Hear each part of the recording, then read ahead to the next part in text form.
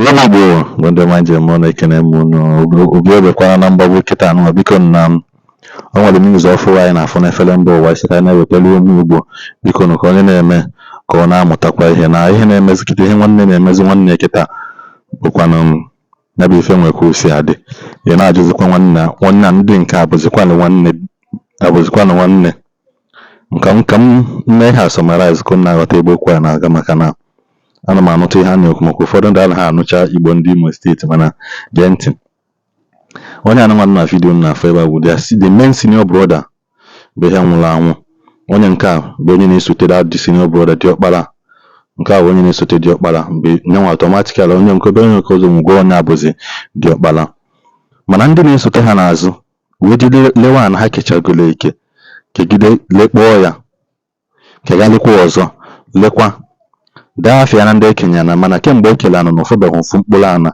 na-ekenye ya 2 plot out of how many plot ha nwe o wesịrị ike ụmụ Igbo si gbatala ose maka na ọ jewe na another case unene akwụkwọ niile ọ dịcha ma ihe niile o kwucha ọ dịcha ojegbu na awụ case etela ihe akwụkwọ ewutelu mbụ na onye nwụọ ala ya anwụọ akwụ ihe ụmụ nwanne ya gwara ebe dị senior brother nwụgo nke ekegburu na wee nye ha na-asị na ebe onye nke anwụgo ebele ana ya lee ha jụọkwa ụmụazị ya ha afa biko solunu m denekene wickedness nwanne na-eme nwanne ọ dị mma ụmụ Igbo ebe ọ bụla onye nọ nke onye chiri ya zelụ papa anyị nwere mkpesa ọ bịara mere anyị kama na ọ gbaala mbọ ngo nwere ike ịgba mbọ mana ndị kwu maka ha emega ihe a enwe dị ike ha achọghị dị ịma n'agbanyeghị oku niile a na-akpọ ha ma n'obodo mana ebe dị iche iche onweghị ebe ha bịara ịza ya mere mpa ji sị mba ka ọ bịarute n'ụlọ ọrụ anyị Protect the Weak International Foundation ka o nwee ike ka ọrụ ụwa kpọmkwem ihe ndị ọ na-agabiga mpa ahụ ga gịnị aha m John Ikechukwu Ogbuebiile onye ebe ahụ m onye Irete onye Ụmụedi Ụmụọma Irete Owerri West ọ dị mma ngwanụ ka ọrụ anyị kpọmkwem ihe ị na-agabiga n'aka ụfọdụ ụmụnne gị ihe m gabiga gawo ihe gbasara ala anyị o nwere ala yikere na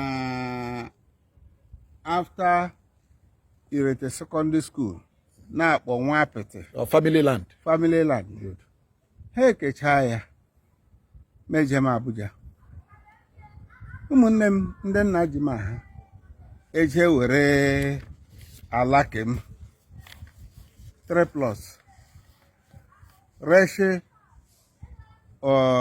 onye na-akpọ Kasidi ụzụrụ ya ụzụkwara ha most of the land there ya arụ akem ụlọ agbalịala m lọya m edeele ha leta oke ala ke gị ka ha reshiri onye ala kem ka ereshiri hapụ which means iketeghụzi oke ọwụla asa oke nwu na that family ịhụ ugbu oke ehu m otu ụkwụ lọya m edeele ha leta si Kasidi hụ bịa ka ha ya hazie Kasidi a reply ma gbara gbajie na ka eze enyi eze Ekwulibe Telbat Ekwulibe jee egbe ya ma ihe emegeso ya kpọọ ụmụaka abịa hụ ha ma gbajie ha akwa ọzọ ya ihe leta unu degala eze leta eze gala dere nye m si ebe ọbụla asọrọ m mkpọrọ ha jeme so kewu hakwa leta Ekwulibe udere ma nje hakwara na ke ya si ebe ọbụla asọrọ m mkpọrọ ha jee ma kpọrọ ha jee zone 9 anyị eru na zone 9 ịma na akpa polisi na-ejebe ihe ha si abịa anyị akwụchakwa ụgwọ ha si hụrụ ike m nwere ha hụrụ si obi kpọrọ ndị nkụ hụrụ ike m nwere mkpara ahụ na nwere m ole Okay. So, yeah, the plan. So rubulaka alagehu kanokwa n'aka onye zụrụ ya. Onwebekwe n'ihe iketere na ke. Onwebe ihe nkere. O nwere ọzọ ekere. Ekekwere ọzọ. Ke ekere ha. Aha ya wụ nwa apịtị. Nwa ọkọhịa nta. Ha ekee ya. Beji ha ekee ya. Nga ọwụla beji kee ya. Nga ọwụla ahụrụ o wo aha wo kem nga ahụkwa na ihe o plan ya. Okay. So anyị edome 6+ so n'isi nga anyị edome ya. Okay, 6+ ọnụ nga. N'isi nga. Okay. 1 2 3 4 5 6. Okay. Edomere. Mana ekechala ndị eke. Ekechala ndị ya fọzia 6+ nọ n'isi nga. Okay. So ha ndị ụmụọma reconciliation committee akpọ m sị ma ihe deelu ụmụnne m leta ya wụ leta ndere. Okay. Sị m obi ya am nwere okwu m ga-agwa m ma gwa ha meje n'ụlọ ha. Ha sị onye kere ala ha ekeela ala. Ya ọkwa na onye kere ala. Onye kere ala hụ Theophilus wo ka oke nwanne anyị ke nsoji. Ha ekeela ala nwụ ma hụ mege nwụ ala ha esoro onye ha nwụ. Nke a na-ekebeghịkwe na-eke fọrọ afọ. Ndị ke na-ekebe eke o mere nwa ala na-ekebe eke ka ịhụ enyewu m dọkụmentị ya. Okay. Ha kpa dọkụmentị ya nwa ala nọ na ụzọ ụmụeji. Okay. So enyewu m dọkụmentị ya.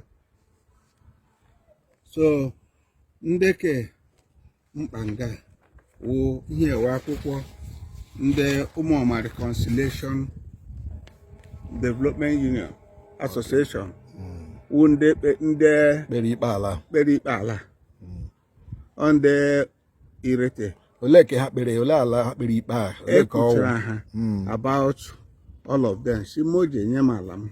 Okay, ma nke 3+ ahụ Nke 3+ ahụ moje nye m mkpọrọ m ụba. Nke 6+ ahụ fọrọ afọ gịnị mere ya ọhịa chọrọ. Asị ha onye ukere ha nwụra. Ala ha esoro ha nwụ. Ndị na-emewekwe n'enu. Ma agwanụ ha si abete erelehie meje nga ahụ shere elehie. Okay. Because o nwere onye anya ya nwere okwu ụmụnne m nọ ala bekee jere jee simrele ha ala ha merele ihe. Ha odukle n'ime ha na-akpọ dozie ayo aje kpọrọ onye na-akpọ nna na otu ke na-akpọ ahịa nụkwa nga ekene. Ha eje kpọrọ ndị mmadụ ha azụ ahịa ala erere. So ndị na-abịa ka ha ma onye ọbụla ha omewe onye ha ma. Na Disemba akpọchiri m na state CID 3 days. So manụ ganga ahụ kpọgakwanụ ha azahụ ha mụrụ taa. Nwanne ha nwaanyị ke na-akpọ Ogechi onye zara m. Ya aza after m yọra Shimindo si ele ihe m ji akpa ahụhụ ihe m ama. Anọsi nrele n'ala mere nkwa ego niile ere n'ala ahụ ma akpa ego ya. Anala ihe m ga-eji kpama ahụhụ ya. Une na mkpa bịa were. Ole ndere ga ala. Ndere ga ala wo ndị ha nọ nga Obinna. Ndị Samuel Anyanwụ. Obinna Anyanwụ. Ejiogu. Onye ochere sie. Na ụmụnne na ndekọ ọzọ ha. Ọ dị mma. Gaa n'ihu. So ma erechara ha ụmụ ala. Asọ onye udo nwụkwa na-ewere eje na ke eze. Ejere m ugboro 4 ka 5. Eji enyecha m akwụkwọ ndị ahụ. ma hụ si ihe ha adịghị ihe ọ ga-apụ ha mana jee kpe na ụmụọma reconciliation committee jee rịpọtụ ala ha ebido kpemie ha si m ele akwụkwọ anyị na-eji eke ala si ala ekpe ya ka ihe ewe akwụkwọ ndụ na-eji eke ala ha nyekwara m ya the family ụmụ ezere ụmụ edi kindred ụmụọma irete maazị Theophilus Anyanwụkwa ọ nwụọla ya family ọ nwụọla gị nwa awụzi John Ogbuebiile ma deeti ọnwụkwa na agbahụ ha m they did not inform me ma elege ha elie mgba ha nkịtị ya olee ihe wu okwu ugbu a kpọmkwem apart from ala ha rege ihe wu isiokwu ala ole ka ha rere achọrọ m ka ị kaụntụ ya ka ndị mmadụ mara ala ore ha rere ala rere ha eruela about 50 olee ebe ị nwere ike ịgwa anyị ebe ala ndị a nọ ala ndị a nọ na o nwere ndị n'uhu ebe skuulu n'uhu tentatively na nwa apịtị abịara ha kee ya abụọ so ụmụ anyanwụ nwa ebe aka nri ma m jere na ka eze ha akpọ m sị mgbe ha enweghị ihe ha ji nsogbu eme mebia were ke ha ewere ke nye m ole ka ha nyere gị ke nyere ha mewo ke na plot ọnụ nga ke adị mmadụ so that anyị na-eme ndị mmadụ anaghị aghọta ebe ọwụ ole ebe ka ị nọrọ na apịtị ka ọwụ kedu ebe oke ọ nọ na nwa apịtị ehe so a narị ha m surprise a na ji ha ebe ha n'ime jere ha anya nke ahụ enyekwara gị ha ejere ha anya ịnụkwa rụrụ ala ndị ikpe eze si anyị ga-eme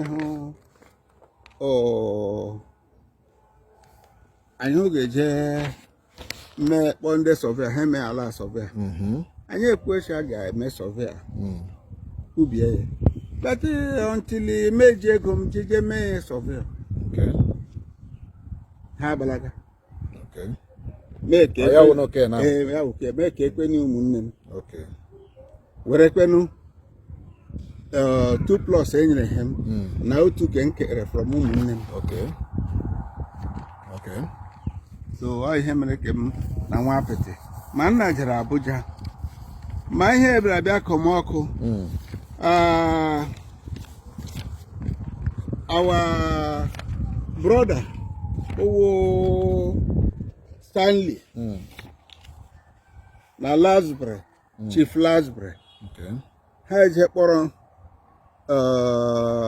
Iked nne m yọra n'isi ala bekee yọra na n'obe nganụ ke ala mbụ lee ahịa Iked ihe otu shiri ka ala ọ bụ eji na-abịa aha na karịga ha ala ekereke eresịrịrị oke ala ekereke ha erecha abịa kegharịwa akwa ya abịa kegharị ma ha ya karịcha akwa na arụ taa arịbe m hụ otu okwu na kem aha gị ọnọhụ nga aha menụ nga olee ya isi hụbeghị otu okwu na kem otu okwu na kem otu okwu ọwụ gịnị otu okwu ọwụ na ahụbeghị m otu plọt sike uke John Ogbuebiile lee aha m plot 9 and plot 10 na kem ahụbeghị m otu okwu ahụbeghị m otu okwu n'ime nga na akwụkwọ a na-egosi na ekile ga-ala but olekwana ebe ị hụrụ ala ịhụbeghị so ihe mere ha ejighị eji because ajụga m ha si ele eke m ha si nchere ada ọ gị wee oki ọ dị mma olee n'ime ihe a niile akwụkwọ ka iji n'aka nke ikpeazụ nwoke ụmụ eji uji si m jee represent ihe na Committee of Elders. Yeah, ole ka a ga-enye gị ị ga-eji je represent na Committee of Elders n'obodo a ọ dị mma gịnị ka ị chọrọ ka ndị mmadụ mara ihe m chọrọ wụ ka enye m ndị agba ha nye m ala m ala ke gị because are m ga-eje na family aga m enwe ala ibe m ekecha ala and I'm onye isi and dog woki ọ rụrụ arụ ọ ihe ọjọọ ọ dị mma kamgbe aha gachara polisi onwe ihe ọzọ ndị polisi kwuru o nwebe ihe ndị polisi si gị la aka gị na ha meji ọkụ ya ndị zone 9 o chuks bịara sie mee la aka ha meji ke Disemba akwa akpọrọla m ha jee kpọchie ekwe ha na polisi maka ha kpọ akwanụ mana still onwebe ihe ekpekere onye pure water ahụ onye pure water ahụ abịaruo mekele ya si mekele were anyị ekwe ihe akwụkwọ pure water ihe ọ pure water a na-arụ n'ala ga anyị ekwe na deal with poor people ewo si okay anyị ekwe na deal with poor people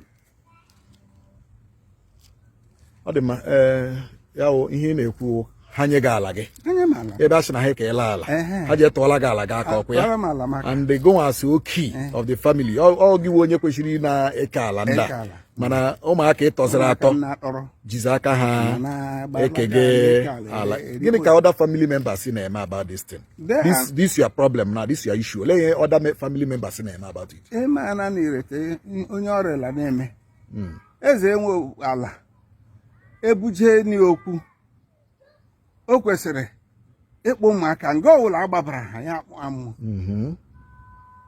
mee ka eshọshi karịrị ala beta eze arịba eme ihe hụ maka o nwere onye ọnụ nga ahụ na-egbu na-eri wute ụmụaka onye nọ na kabinet ya na-achọghị ka eziokwu pụta ihe ọ dị mma nna m ukwu o nwere ihe ọzọ ị nwere ike ikwu tupu anyị apịakọ ya ma Chineke mee ha aka n'obi ha hazie ha nye m ala m ka famili na-agakwa n'ihu abụ m onye ọchịchị and udo ka ị chọrọ udo ka m chọrọ jos ha nye gị ala gị ị chọghị polisi ị chọghị kọt achọghị ha jos nye gị ala gị ọ gwụla ọkwa ya ọ dị mma nna m ọ dị mma nna m ime na ịnụ na mana anyị ga-agakwa n'ihu n'ime ka ndị a niile anyị ga-akpọ ha oku hụ na emere udo na ezinụlọ unu ịnụ na dịka okenye iwu ndewo ndewo ụmụrụ nze m ọzọ eke nwere kenekwa m na-ejikwa m nakwu na fụchana vidiyo biko unu mechaa vidiyo shie na vidiyo ka o rue mba niile ka anyị mara na nwoke ya enweta ọsọ enyemaka ya abịala ya unu shiocha vidiyo na sọskraịbụ na dis chanel gwekwa notifikeshọn ka unu na-enweta notifikeshọn mgbe ọ bụ na anyị tiri vidiyo ọfụ na efere mba ụwa igbo ma ndị ọma ọnụ unu mana ka o si adị anyị enwere mgbe ọzọ